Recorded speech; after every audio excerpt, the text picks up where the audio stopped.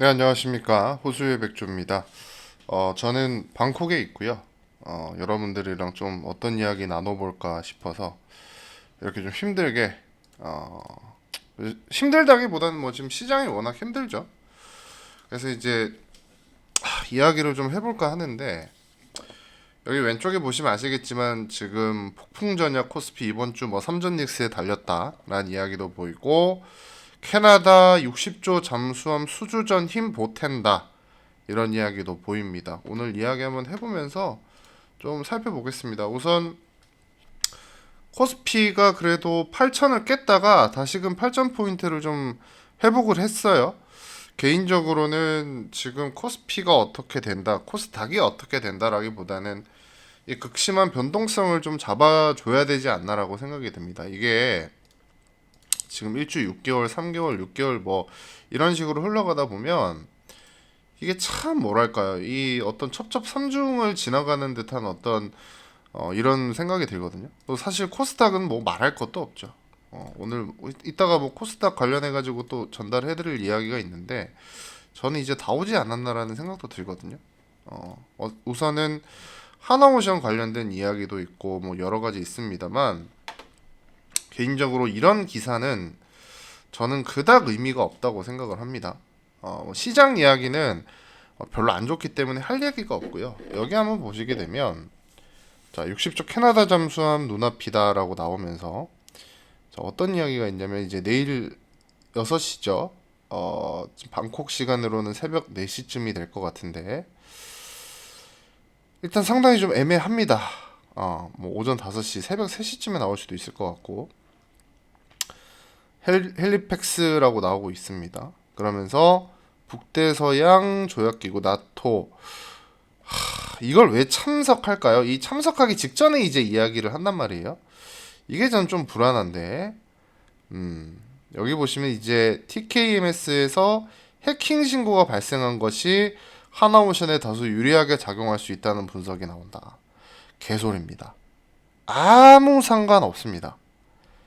제가 하나오션은 여러분들에게 뭐라고 이야기를 해드렸죠? 하나오션은 어, 하나오션의 기술력으로 지금 승부를 보고 있는 이 사업권에 대한 내용이 아닙니다, 여러분. TKMS가 뭘 해킹을 당하고 이게 아닙니다, 여러분. 제가 계속 말씀드립니다만 이게 알 수 없는 오리무중인 이유가 우리가 흔히들 좀 예측 가능한 범위의 일들이 있다고 하죠. 근데 이 예측이 불가능한 일이에요. 왜 와? 정부 대 정부기 때문이고 그리고 과연 캐나다에서는 나토 쪽에 좀 더 붙는 결정을 내릴지 아니면 그걸 깨고 한국이라는 어떤 신흥 방산 기업에게 이런 것들을 맺고 그리고 일자리라던가 다른 추가적인 어떤 것들이 나올지 아니면 진짜 말 그대로 50대 50으로 캐나다와 한국과 독일과 한국에 좀 양분해가지고 수주가 나올지는 가봐야 안다 이거예요. 아직은 모릅니다. 근데 개인적으로는 꼭 됐으면 좋겠습니다. 오늘 안 그래도 하나오션의 주가가 좀 올라오더라고요. 하나오션이 그래도 오늘 좀 올라왔습니다. 뭐 올랐다가 빠졌다가 다시 오르기도 했는데 왔다 갔다 했죠. 근데 개인적으로는 지금 참 많은 분들이 기다리고 있고 손꼽아서 지금 좀 뭐랄까요 기도하고 있는 종목이라고 생각을 하거든요. 근데 사실 이것 말고도 나올 만한 종목들이 많이 있습니다만 저는 이제 방산을 좀 주목해야 된다고 생각을 하고 있어요. 지금 뭐 하나오션이라던가 그리고 LIG 디펜스 앤 에어로스페이스 이 친구도 저는 무조건 봐야 된다고 생각을 하고 하나 에어로스페이스도 저는 너무나도 싸다고 생각이 들고요. 현대로템도 정말로 싸다는 생각이 많이 듭니다. 지금 글로벌 피어 대비 상당히 평가 자체가 평가절하되고 있는데 지금 이걸 제가 이제 갖고 왔죠. 여기 보시면 니케이 증시에도 지금 조선 방산주들이 강세였고 유럽 방산주들이 뭡니까? 말 그대로 초강세다라는 이야기가 나옵니다. 이탈리아 핀칸티에리가 두 자릿수 상승을 보이고 있고 뭐 TKMS라던가 이런 것들도 전반적으로 강한 흐름이죠. 근데 아직까지 지금 뭡니까? 우리나라는 사실 저는 매일 올라가도 이상하지 않고 거품이 어느 정도 껴도 되는 게 바로 이런 내용들이라고 생각이 들거든요. 어떤 내용들? 방산. 왜냐면 우리나라는 방산이 없었잖아요. 있긴 했지만 이런 식으로 좀 하나하나 이끌어낼 만한 내용들은 사실 없었단 말이에요. 그 완전히 바뀌어가고 있는 게 뭡니까? 바로 이 방산 쪽입니다. 그렇기 때문에 당연히 관심도가 올라갈 수밖에 없는 섹터, 기업들이라고 생각을 하고요. 기대 한번 가져보겠습니다. 기대 한번 가져보겠고, 우리나라도 이제 CPSP 이거 보시면 이제 굵직한 이벤트가 예정이 돼 있죠. 이거 두 개가 좀 무난하게 소화가 돼야 되는데 진짜 절반이라도 좀 따냈으면 좋겠습니다. 아직까지는 어떻게 될지를 전혀 모르겠으니까. 그리고 이제 MLCC 이야기입니다. 삼성전기죠. 삼성전기가 최근에 주가가 굉장히 많이 빠지고 있는데 아무래도 리밸런싱 영향을 굉장히 많이 받는 것 같습니다. 근데 정부에서 오늘 뭐라고 밝혔죠? 리밸런싱 이제 좀 줄일까 한다. 단기적으로라도 좀 코스피 충격을 좀 낮추려면 이럴 수밖에 없다. 이런 이야기가 나오고 있습니다. 근데 이제 그 중심에는 우리가 이제 흔히들 말하는 레버리지 상품이 있죠. 바로 삼성전자와 하이닉스의 레버리지 상품이 상당히 좀 중요합니다. 이게 왜 중요할까요? 이게 흔히들 알고 있는 것보다 굉장히 큰 지금 부작용을 낳고 있습니다, 여러분. 어. 그래서 여러분들이 좀 어떻게 생각을 하시면 좋을 것 같냐면 좀 이렇게 바라보시면 좋을 것 같아요. 이게 거래하는 간에 우리가 그냥 100만 원을 사고 파는 개념이 아니라 100만 원보다 훨씬 더 많은 돈들이 왔다 갔다 해야 된다는 거죠. 그래서 이게 지금 이 레버리지의 가장 큰 문제점이거든요. 그리고 뭡니까? 이거 완전히 투기판이잖아요. 그죠? 그리고 제가 분명히 말씀드립니다만 레버리지 상품은 웬만하면 안 하는 게 좋은 게 오를 때 사야 됩니다. 아니면 떨어질 때. 횡보 라인 때만 잘못 사도 여러분 돈이 다 녹습니다. 이걸 꼭 생각을 하셔야 되고 그리고 지금 어쨌든 MLCC 관련해 가지고 이야기 나오고 있습니다만 하반기 심각한 공급 부족 쇼티지가 계속 진행이 되고 있다고 하죠. 이제 무라타 이야기가 나옵니다. 삼성전기가 나오고 3대 한일 선도 기업 비비레티오가 코로나19 이후 최고치를 기록했죠. 뭐 엄청납니다 지금. 그러니까 돈을 어마어마하게 잘 벌고 있다는 거예요. 여기 보시면 이제 그 1.31이라고 나오잖아요. 삼성전기가 지금 무라타보다도 수출합이 비비레티오가 좀 더 높은 겁니다. 1.04에 비해서 거의 30% 가까이 높죠.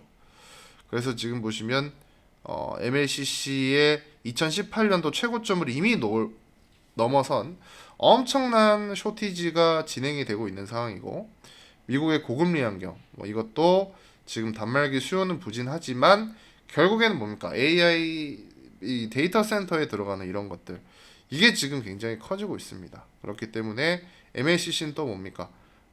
효율을 결정해주는 역할을 합니다. 그죠? 그렇기 때문에 저는 앞으로도 주가가 좀 오를 수밖에 없지 않나라는 생각이 들고요. 관심을 좀 가져야 되지 않나 싶고 이거 중요하거든요. 삼성 빈메모리 실적 개선 파운드리 아니겠습니까? 지금 엑시노스 적용 확대도 진행이 되고 있고요. 한국 유럽은 엑시노스 2700, 미국은 퀄컴이라고 나오고 있는데 지금 퀄컴이 결국에는 뭡니까? 이야기가 되고 있다 그죠? 그러니까 지금 저기 뭡니까?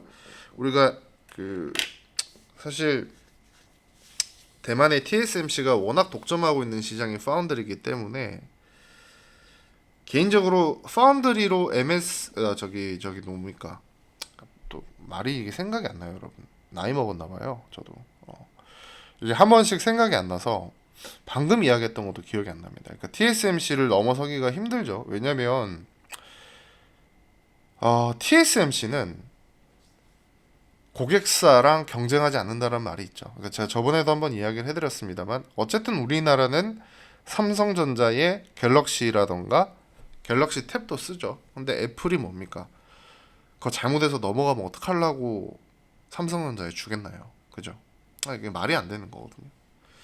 그래서 이게 문제예요. 그래서 어쨌든 삼성전자의 어떤 파운드리의 이 회기성 이게 이제 너무나도 긴 시간 안 좋았기 때문에 이렇게 좀 기대감을 가져볼 수 있겠고 그다음에 이격도입니다. 이거 지금 코스닥 지수가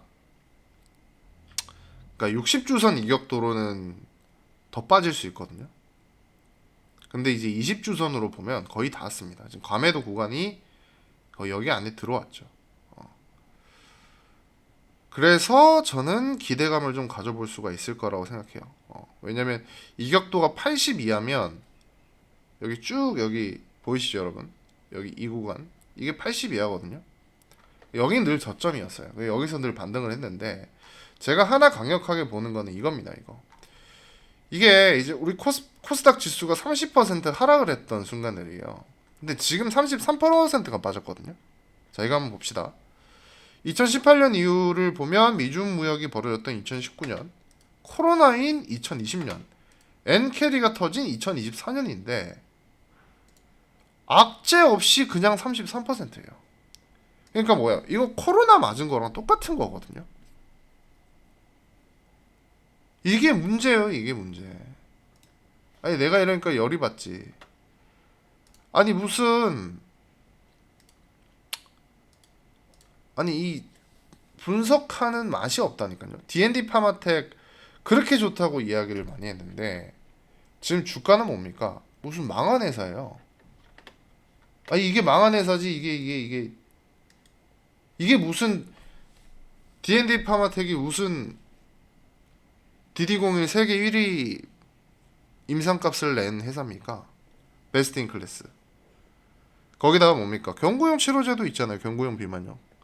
지금 경구용 비만약은 계속해서 잘 팔리는 베스트셀러거든요. 이거 안 팔리기도 쉽지 않죠. 그래서 이제 D&D 파마텍은 사실 그러니까 비만약이라는 것 자체 이제 경구용은 이제 시작이 되는 거고 비만약이라는 것은 계속해서 팔려나갈 수밖에 없음에도 불구하고 주가가 반응을 하지 않는다. 사실 이제 코스닥은 한 발 남아 있다고 생각을 합니다. 지금 우리가 좀 예상하고 기대를 해볼 수 있는 게 이제 정부 정책이죠. 정부 정책이 나오지 않으면 조금 힘들 수밖에 없는 상황이었는데 이게 이제 코앞으로 다가오고 있다는 거거든요. 이걸 좀 우리가 좀 기대를 해봐야 될 것 같고요. 살려야죠 코스닥. 이거는 안 살릴 수가 없습니다, 여러분. 쉽게 생각을 한번 해보면 지금 이걸 앞당기는 이유도 다 있어요. 이걸 빨리 이게 지금 정부에서는 이게 어떻게 보면 뭡니까? 가장 제일 중요한 문제죠. 우리나라 정부의 지금 지지율은 바로 이 국민 참여 펀드가 중요한 게 아니라 지수와 연관이 되어 있다고 봐도 이상하지 않습니다. 지금 보시면 6일자 펀드 운용사 최종 선정을 합니다. 국민자금 6천억과 1,200억 원, 7,200억 원 나눠서 운용을 하는데 이게 바로 코스닥으로 들어오겠죠. 그리고 아마 지금은 제 개인적인 생각입니다만 그리고 그대로 이루어질 거라고 봐요. 어느 정도는. 코스닥을 사자마자 이 국민 펀드가 다 수익이 나기 시작할 겁니다. 왜냐하면 코스닥이 너무 많이 빠져 있기 때문이죠. 제가 아까 이거 한 번 더 보여드리는데 지금 이게 825포인트는 여러분 자 이거 차트로 한번 가볼게요. 이게 어느 정도로 지금 많이 훼손이 돼 있는 거냐면 이때가 언제입니까 여러분? 이거 그 D&D 파마텍이라는 회사가 메세라에 기술 이전했다 막 이런 이야기 나올 때 지금 가격으로 돌아와 있는 거예요. 지금 알테오젠도 우리가 한번 보자고요. 알테오젠도 마찬가지입니다. 지금 뭐 이렇게나 빠져 있기 때문에 이제 이건 이제 다시 상승할 수밖에 없는 그림이 저는 나올 수밖에 없지 않나라는 생각을 하고요. 그러면서 이제 하반기 제약바이오 주요 일정을 한번 바라보게 되면 이제 코롱, 티슈진, 한올바이오파마, 오름테라퓨틱, 앱클론, 오름테라퓨틱도 제가 참 여러 번 이야기해드렸던 종목입니다만 너무나도 많이 빠져 있죠. 정말 송구스럽게 생각을 하고 있습니다. 그리고 D&D 파마텍, HLB, 펩트론 이렇게 나오고 있는데 HLB는 또 이례적으로 블랙록에서 지분 투자도 해놨더라고요. 펩트론의 일라일리의 기술평가 종료는 10월 7일이고 미국 특허까지 지금 다 완료가 되어 있는 상황입니다. 참 이제는 좀 올라와줘야 되지 않나라고 생각을 합니다. 여러 가지로 지금 제약바이오 쪽은 힘든 상황인데 주주분들 조금만 더 힘내시고 저는 아마 이번 주 중에 라이브를 좀 진행하지 않을까 해요. 이번 주 중에 라이브 하고 지금은 제가 뭐 다 무료로 알려드릴 거기 때문에 그날 좀 종목 상담 같은 것도 하겠습니다. 그리고 제가 생각하는 투자에 대한 철학을 전 이게 제일 중요하다고 생각하거든요, 여러분. 여러분들 뭐 종목에 대해서 목을 메고 뭘 하는 걸 알고 있습니다만 제가 이제 뭐 한 짧으면 3, 4주, 길면 한 달 이상 이제 해외에 있을 생각입니다만 있으면서도 지금 영상을 찍고 이런 이야기를 하는 이유는 딴 게 아닙니다, 여러분. 사실 저는 일하는 것과 쉬는 것 그리고 시장을 바라보는 것에 대해서 막 이렇게 구분하지 않습니다. 꾸준히 보지 않으면 결국에는 도태되거든요. 근데 지금은 제가 따로 종목 같은 것들을 막 그닥 이야기하지 않죠. 그러지 않아야 되는 시장이기 때문에 제가 말을 많이 아끼고 있는 거고요. 지금 그나마 조금 볼만한 거를 제가 이야기를 해드리자면 KB금융이라고 생각을 하거든요. KB금융? KB금융은 그나마 좀 볼만하지 않나 라고 생각을 합니다. 제가 뭐 한번 이야기를 해드렸죠. 그래서 KB금융 그나마 좀 올라오고 있는 것 같고 그리고 아까 말씀드렸듯이 제가 갖고 있는 투자 철학을 여러분들에게 어떻게 알려드리는지가 제일 중요하지 않나라고 생각합니다. 제가 올해 연말을 계속해서 이야기를 하고 있는데 아직까지 7월밖에 안 됐지만 어느새 7월입니다, 여러분. 지금 분명히 하이닉스의 ADR 상장이 코앞에 남아 있고 삼성전자의 이런 실적 발표 이것도 남아 있습니다. 이때 이후로 주가가 어떻게 움직이냐는 크게 상관이 없어요. 우상향이 될 겁니다.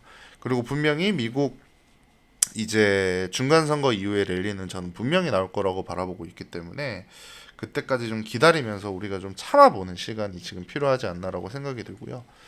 하나오션 관련해가지고도 참 다른 조선주들도 저는 기대를 하고 있습니다만 너무나도 힘든 시간이라고 생각을 합니다.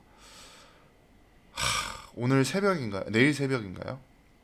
진짜 좀 대박 터지는 소식 기대 한번 해보겠고 만약에 안 되면 주가가 좀 하락을 하겠죠. 이건 좀 감수를 해야 되지 않을까 싶습니다.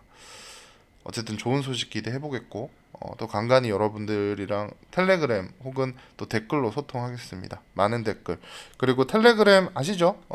저기 커뮤니티 가보시면 제가 게시물에다가 주소 남겨놨고 오늘 영상 그 댓글에도 텔레그램 주소 남겨놓을 테니까 편하게 들어오시면 되겠습니다. 감사합니다.